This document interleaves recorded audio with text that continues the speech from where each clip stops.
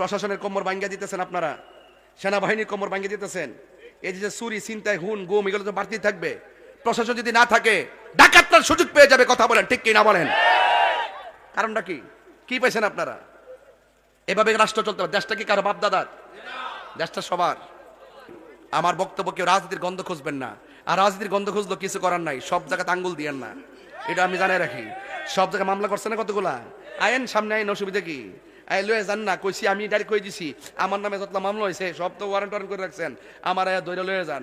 ধরার সময় বলতেইব আমি অপরাধী, প্রমাণ দিয়া কাগজটা দেখাইয়া সাক্ষী প্রমাণ লয়ে আমার দৈরা লয়ে যান, তাইলে আমি 90 দিন যাই তাহম নে। আর একবার কইছি থেকে মামলাটা করিবেন মিশা সত্য মিথ্যা যাচাই না কইয়া আমার ধরে নিয়ে 3 মাস ধরে রাখবেন, তাইলে আমার প্রতিদিন মাহফিলটি করবো গাড়া, আমার পরিবার পর্যন্ত কে রাখবো গাড়া। 3 মাস পরে কইবে তাহির হুজুর নির্দোষ ছেড়ে দিবা, এক বেডে মুরগা বানিয়ে লিয়েছেন, বেডে 23 বছর পরে জামিন দিয়েছে। আমি তো মনে করি 23 বছর পর্যন্ত তারা যে রাখছেন বিনা অপরাধে রাখছেন, যে তাকে 23 বছরে তার বাড়িঘর সব বানাই দেওয়া দরকার, ঠিক কেনা বলেন? এই দেশের ভিতরে সবসময় দেখবেন ঘটনা ঘটায় 3 জন, আসামি হলো 360 জন। আমরা কি এখন পরিবর্তন হয়েছে? পরিবর্তন হয়েছে, আরো ধ্বংস হয়েছে, ধ্বংস আরো ধ্বংস হয়েছে, পরিবর্তন হয়েছে। সব বাটফার সিয়ার দখল করার জন্য সব কাহিনী করছেন। যারা আল্লাহর ওলির মাজারের মধ্যে আক্রমণ করে, এরা কিসের মুসলমান? এটা কিসের দেশ? এমন দেশ আমরা চাই নাই। কথা বলেন ঠিক কিনা বলেন? এই কে বলছস? কে বলছস কথাটা? ফাইজলামি করো, ফাইজলামি করো, বাইরের জন্য কথা বলতেছি। তোরাই মুনাফিক, তোদের কাছে আজকে আমাদের এই অবস্থা। বেটা ফাইজলামি করো। হ্যাঁ, আমি কি বাইরের জন্য কথা বলছি? আওয়াজ নাই, কথা বলে না।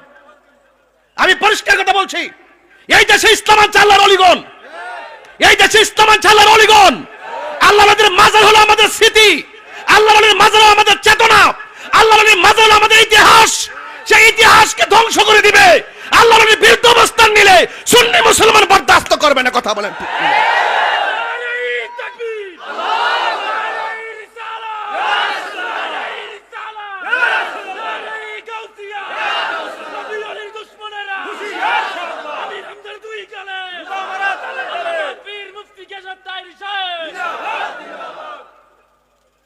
গতকাল দেখলাম একজন বলতেছে পীর সাহেব যারা আছে দেশের সবারে দইরা জবাই করতে হইব, মাজার যেগুলো আছে সেগুলো আগুন দা ফুরাইতে হইব। তো এই কথাগুলো রাষ্ট্রের জন্য কি মেসেজ দেয়? এই মেসেজ দেয় যে এই দেশে জঙ্গির উত্থান হয়েছে, এই দেশে এই কথাগুলো মেসেজ দেয় এই দেশে সন্ত্রাসীর উত্থান হয়েছে। এই জন্য তারা মনে করছে যে এই দেশে রাজনীতি যারা করতো তারা দুর্বল, একমাত্র মনে করছে কি যে তারা দুর্বল। আর একটা গোষ্ঠী বের হয়েছে যে যত মারতে পারবো, জ্বালাইতে পারবো, মারতে পারবো, খুন করতে পারবো, গুম করতে পারবো, সন্ত্রাসী করতে পারবো, তাইলে আমাদেরকে ডরাইবো, আমাদেরকে ভয় পাবে। এই সুযোগে আমরা এই রাষ্ট্র নিয়ে নিব। জঙ্গিদের হাতে আর সন্ত্রাসীদের হাতে এই দেশ দেওয়া হবে না। সেজদা পাওয়ার মালিককে, রবের কথা মানতে হবে না? মানতে হবে না? মসজিদ হলো ইবাদতের জায়গা, মাজার হলো জিয়ারতের জায়গা, আর জিয়ারতকে বলে পূজা। আমরা কি জিয়ারত করি না পূজা করি? জিয়ারত করে কি হারাম না সুন্নত? তো সুন্নতকে যারা পূজা বলে আপনি বসে থাকেন কেন? এটা কি রাজনীতির কথা? এটা কি রাজনীতির কথা? এটা দলিলের কথা। খেপাইস না বেটা, শরীরটা কিন্তু একটা স্যাংসিঙ্গা জিদও আছে শরীর, শুধু হাসি তামসা করে দিকে মনে করছে যে আমি খুব ভালো মানুষ, আমি হকের লড়াইয়ে বাঘের বাচ্চা, আমি কাউকে ভয় পায় কথা বলি না। আগামীর বাংলাদেশ হবে ওলি আল্লাহর বাংলাদেশ, এটাই ফাইনাল হবে। কথা বলেন ঠিক কি না বলেন? যারা ওলি আল্লাহর পক্ষে আসবে আমরা তাকে সমর্থন দিব। যে রাজনীতি করেন বলেন আমরা ওলি আল্লাহর মাজার সুরক্ষা করব, তাইলে আমরা সুন্নিরা আপনাকে বিবেচনা করব। কথা বলেন ঠিক কি না বলেন? আপনারা তলে তলে এদেরকে নিয়ে জীবনের ডরে, জীবনের ভয়ে, ক্ষমতা হারানোর ভয়ে, আরে বেটা ক্ষমতা 100 বার হারাইতে পারি কিন্তু ঈমান হারাইতে পারি না। আল্লাহর ওয়াস্তে ঈমানের এই মাহফিলগুলো হলো আমাদের ঈমান ধরে রাখার চেতনার জায়গা, ঠিক কিনা বলেন? এই জন্য আমার যুবক ভাইয়েরা ইবাদত করব কার? এই আওয়াজে মানি না, জোরে বলো কার? আল্লাহর জমিনে আল্লাহ ছাড়া কারো কাছে মাথা নত করা যাবে?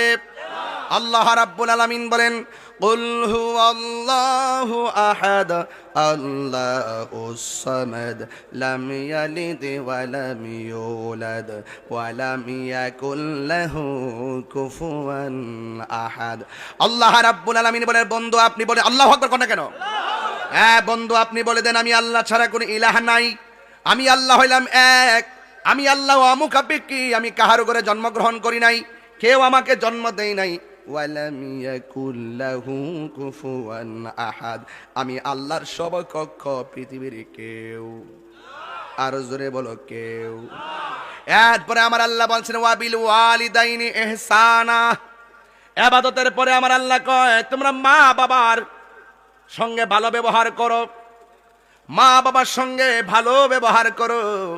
নামাজ পইরা কপালের মধ্যে দাগ ফালাইয়া তাহিরি কাছে মুড়ি ধইয়া আব্বা আব্বা করবা, বাড়ির মধ্যে বস লইয়া যাইবা, গরু লইয়া যাইবা, আর তোমার মা বাপরে কান্দাইবা। তোমার মতন মুড়ি তাহিরির দরকার নাই। যে পিসাব বলবে মা বাবার খেদমত লাগতো না, আমি তোর সব, এটা পিসাব না, এটা বেঈমান। দাওয়াত করলে করে, না করলে নাই, ওই পিসাব রাগ করলে করব। যেই পিসাব বলবে মা বাবার কিছু লাগবে না, আমি পিসাব তোর সব, এটা পিসাব না, এটা সকাল বেলার পেশাব। এই পিসাবকে সমাজ থেকে বের করে দিতে হবে, কারণ আল্লাহ বলেন ওয়াবিল ওয়ালিদাইনি ইহসানা, মা বাবার সঙ্গে ভালো ব্যবহার করো। কারণ পৃথিবীর সব মানুষের দোয়ার মধ্যে স্বার্থ আছে, মা বাবার দোয়ার মধ্যে কোনো স্বার্থ, আরো জোরে স্বার্থ। এখন প্রশ্ন হল হুজুর আমার আম্মার সঙ্গে আমি কয়দিন ভালো ব্যবহার করব? শরাফতি অনেক সময় আমরা লক্ষ্য করি যতদিন সন্তান বেকার থাকে ততদিন সন্তান মারে মূল্যায়ন করে, তখন মা তারা টাকা দেয়, পয়সা দেয়, চাহিদা মিটাইয়া দেয়। মা যখন বেকার হয়ে যায়, বাবা যখন বেকার হয়ে যায়, সন্তান যখন প্রতিষ্ঠিত হয়ে যায়, মা বাবারে চাইরা না পয়সার মূল্যায়ন করে না, এমন সন্তান সমাজে আছে না নাই? এই জন্য আল্লাহ সতর্ক করলেন, শোনো শোনো শোনো, ইম্মা ইয়াবলুগান্না ইনদাকাল কিবারা আহাদুহুমা আও কিলাহুমা। আল্লাহ রাব্বুল আলামিন বলেন মা বাবা যদি বুড়া হয়ে যায়, মা বাবা যদি মুরব্বি হয়ে যায়, মা বাবার সঙ্গে ভালো ব্যবহার করা লাগবে।